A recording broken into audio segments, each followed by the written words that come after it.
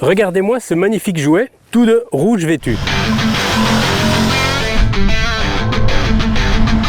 Dans la gamme Bugatti, il y a plusieurs Street Fighter. Il y a la grande sœur, la V4, qui est très puissante, qui fait 214 chevaux.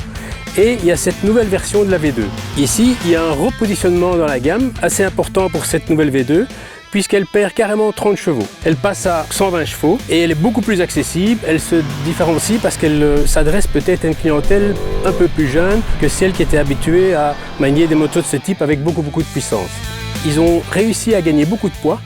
9,5 kg de gagner rien que sur le moteur, un moteur extrêmement compact sur lequel on a abandonné, une fois n'est pas coutume, la fameuse distribution desmodromique et qui a été remplacée par un calage de la mission variable. On a un nouveau dessin du pot d'échappement. Souvenez-vous, par le passé, il se situait sous le moteur.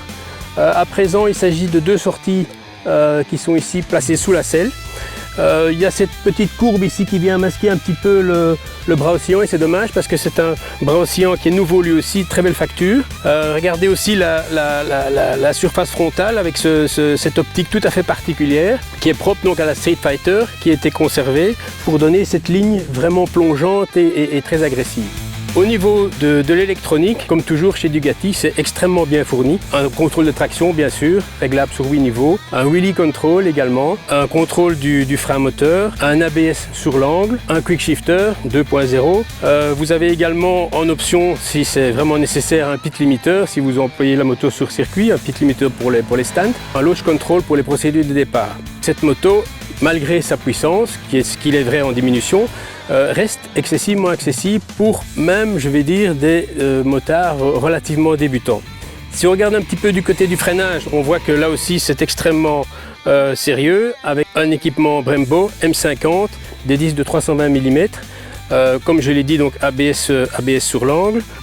Alors il y a également deux versions pour cette nouvelle Panigale V2. Ça c'est la version S qui se caractérise par des suspensions Öhlins. La version de base est équipée avec une fourche Kayaba à l'avant et un amortisseur Sash à l'arrière. La différence également vient du fait que la version S est présentée en monoplace. Il est possible de l'équiper en selle biplace, mais d'origine elle est prévue avec une selle monoplace seulement, alors que la version de base, elle, est en biplace d'origine.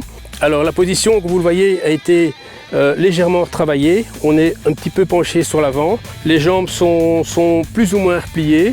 Ce moteur de 890 cc, ce tout nouveau moteur, donc ce tout nouveau bloc, franchement il est assez étonnant, il rassemble beaucoup de qualités, il est très vif, très volontaire, il est en plus de la longe. Franchement, c'est une belle réussite. Il faudra peut-être un petit peu, je dirais, modifier certains réglages pour la rendre légèrement moins réactive, moins vive, mais en tout cas, franchement, c'est une moto qui donne beaucoup de plaisir à la conduite.